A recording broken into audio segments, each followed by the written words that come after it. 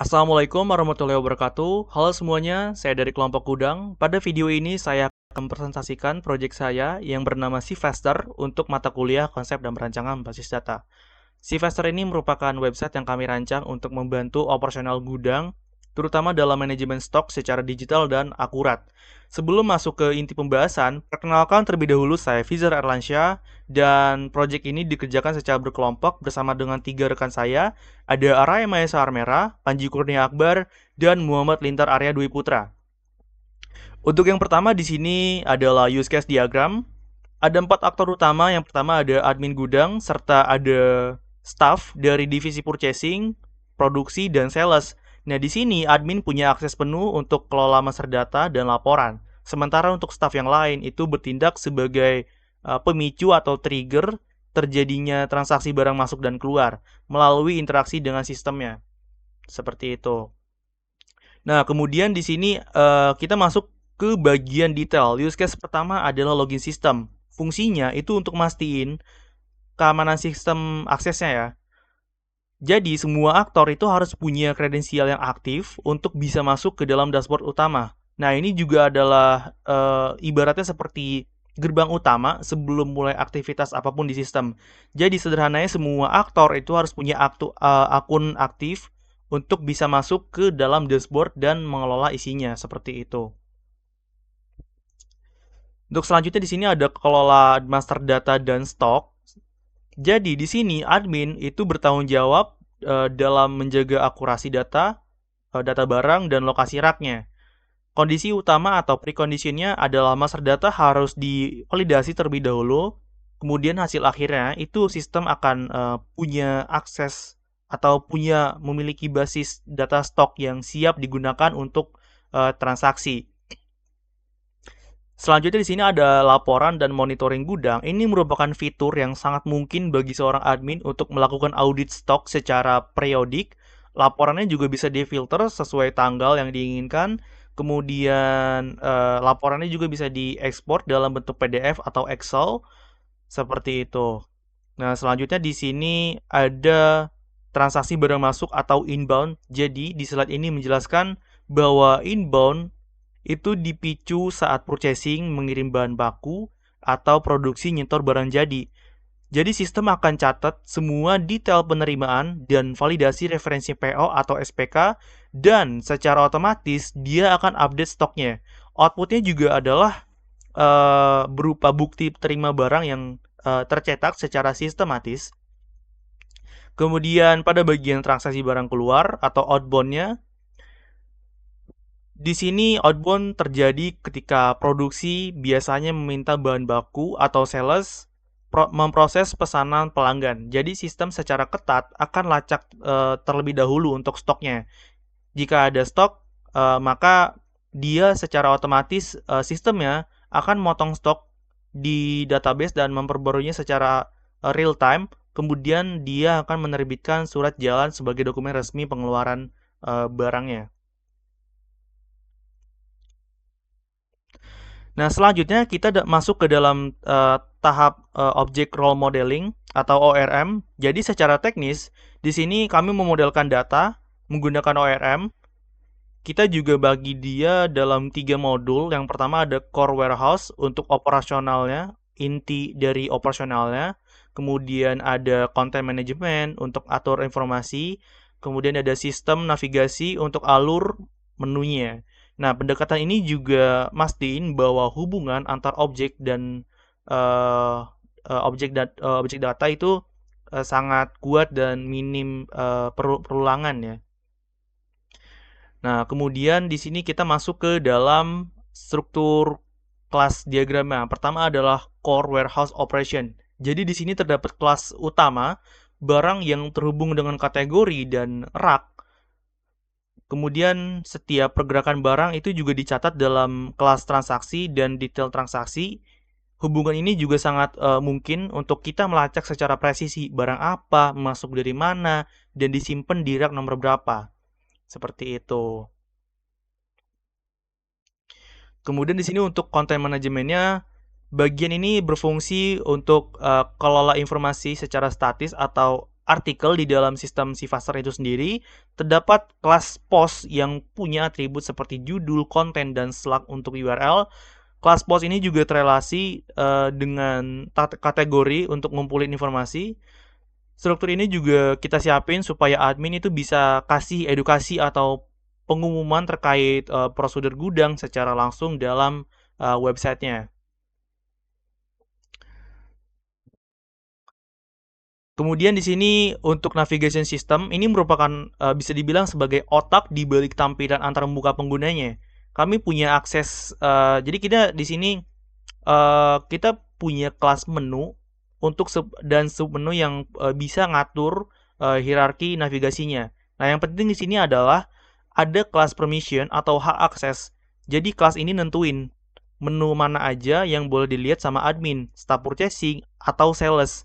Nah, dengan diagram ini kita bisa mastiin bahwa keamanan data itu bisa terjaga karena pengguna hanya bisa akses fitur yang sesuai dengan role mereka. Misalkan purchasing, produksi, atau sales itu tidak bisa mengakses beberapa menu yang bisa diakses oleh admin.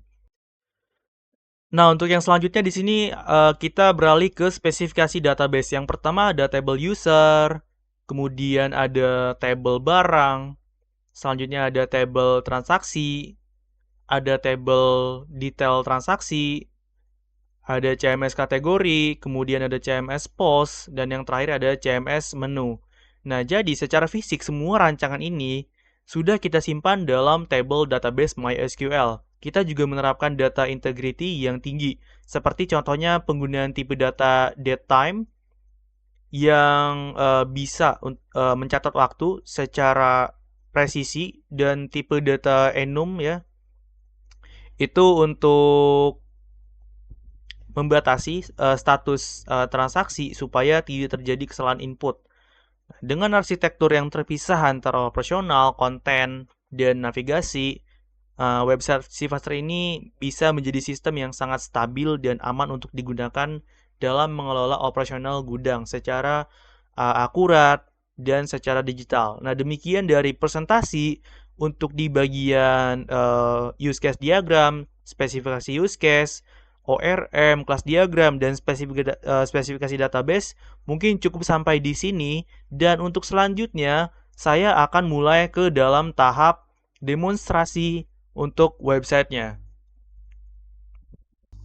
Oke, jadi ini adalah tampilan awal untuk websitenya. Jadi seluruh aktor di sini diharuskan untuk memasukkan akun untuk mengakses semua fitur menu-menu yang bisa mereka akses. Contohnya di sini saya akan coba masuk sebagai admin dan kita akan melihat apa saja yang bisa dilakukan oleh admin.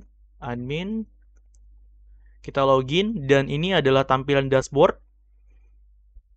Dan perlu diketahui tampilan dashboard ini adalah tampilan yang bisa diakses oleh seluruh role, baik itu purchasing ataupun sales dan produksi ya. Mereka bisa melihat informasi seperti ini sama. Nah, kemudian di sini adalah fitur utamanya untuk sebagai admin adalah CRUD-nya ya. Jadi dia bisa kelola master data dan stok. Artinya dia bisa tambah barang baru, kemudian bisa edit informasi barangnya, kemudian dia juga bisa menghapus seperti itu. Nah, di sebelah sini juga ada menu kategori, ada berita gudang, pengumuman, tips, dan tutorial. Kalau kita klik, dia akan menampilkan informasi seperti ini. Ini semacam artikel atau pengumuman, biasanya untuk ya berita-berita gudang aja gitu. Untuk tips juga ada nih, seperti tips manajemen stok itu gimana. Kemudian ada tutorialnya juga, sebagai login sebagai purchasing atau admin, buka menu transaksi PO gitu. Transaksi masuk atau PO. Nah, kemudian kita akan beralih ke kelola user. Di sini kelola user sebagai admin, hebatnya dia bisa membuat status akun user produksi, purchasing, atau sales itu menjadi suspend ya, atau dalam bahasa lainnya tidak aktif, tidak bisa login, tidak bisa masuk. Nah, seperti yang kita bisa lihat di sini statusnya untuk admin sampai purchasing itu aktif, sementara untuk sales sedang suspend atau sedang tidak diaktifkan. Dan kita juga bisa edit di sini, dia diaktifkan atau suspend ya. Dan tapi kita akan coba nanti untuk pembuktian login sebagai sales bisa atau tidak. Nah, untuk sementara kita akan lanjutin untuk di sini. Sebagai admin juga bisa kelola web, dia bisa nambah menu baru dan nambahin nama labelnya, target URL-nya kemana, urutannya berapa, kemudian akses role-nya. Jadi siapa aja, role apa aja yang bisa akses menu baru ini, seperti itu. Dan ini juga kita bisa edit. Nah, ini untuk dashboard tadi yang bisa diakses semua role. Kemudian untuk masuk data kita bisa lihat hanya admin yang bisa akses seperti itu. Kita beralih ke kategori. Nah, di sini ada kelola kategorinya. Jadi kita bisa tambahkan menu yang ada di sini yang tadi, yang di sebelah kanan ini ditambahin. Jadi lebih dari berapa tadi ya? 1 2 3 4. Oh, lebih dari 4 ya, bisa lebih dari 4 di situ. Nah, kemudian kita juga bisa mengolah isi kontennya, yang mana di sini coba kita tes untuk di bagian sini. Tadi kan cuman sampai feature keren aja. Kita coba lintar keren juga deh. Kita simpan ya. Kita simpan, kita cek apakah berubah. Iya, dia langsung nambah ya. Dan ini berhasil crudenya. Bahkan di kelola ini juga bisa berubah ya. Contohnya misalkan stoknya kita tambahin jadi 600. Kita update, maka dia juga otomatis update jadi 600 seperti itu. Sebagai admin juga masuk dia dapat fitur ini juga ya, transaksi masuk juga, keluar juga dapat, retur barang juga bisa. Nah, ini biasanya untuk misalkan ada barang cacat dari purchasing gitu kan, dari supplier ke purchasing, dari purchasing ke gudang, kemudian kalau ada barang cacat ya kita ajukan retur gitu kan. Kemudian dia juga bisa melihat laporan dan monitoring ya. Jadi ini merupakan fitur yang mungkin bagi admin untuk melakukan audit secara periodik. Dia juga bisa filter laporan mutasinya dari tanggal berapa sampai tanggal berapa, tipe transaksinya apa, inbound kah, outbound kah, atau retur kah. Kemudian di sini juga bisa menampilkan atau cetak PDF juga bisa seperti ini untuk formatnya. Kemudian oke, cukup untuk bagi admin. Kita akan tes untuk di bagian role lain. Contohnya di sini kita akan masuk ke produksi. Nah, bisa dilihat untuk produksi dia dapat akses menu yang lebih sedikit, yaitu transaksi masuk dan keluarnya. Dashboardnya tetap ya, seperti admin sama. Nah, kita tes untuk purchasing. 1, 2, 3. Nah, untuk purchasing juga dia lebih sedikit dari produksi, di mana hanya dapat menu transaksi masuk, sementara dashboardnya juga sama seperti yang lainnya. Kemudian kita akan tes sales yang tadi di suspend, apakah bisa masuk atau tidak. Kita tes ya. Kita masuk dan di sini dia akan menampilkan notifikasi suspend. Hubungi admin untuk dilakukan atau dibuka akunnya ya, seperti itu. Nah, kan kita coba nih sebagai admin, kita bukain deh. Kasihan dia nggak bisa masuk ya.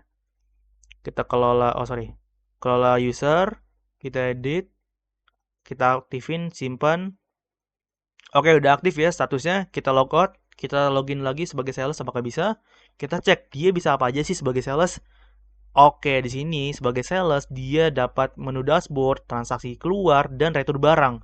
Dashboard juga sama aja. Ini juga sama seperti yang si produksi ya. Nah, sementara dia nih si sales dapat fitur atau menu retur barang. Nah, itulah pembagian role yang kita lakukan di balik website ini ya, yang seperti yang sudah saya jelaskan di bagian presentasinya. Kurang lebih seperti ini. Seperti itu. Nah, mungkin untuk demo di bagian website saya rasa cukup seperti itu, dan mungkin sudah bisa saya akhiri. Sekian dari presentasi dan demonstrasi yang sudah bawakan. Kurang lebihnya mohon maaf. Wassalamualaikum warahmatullahi wabarakatuh.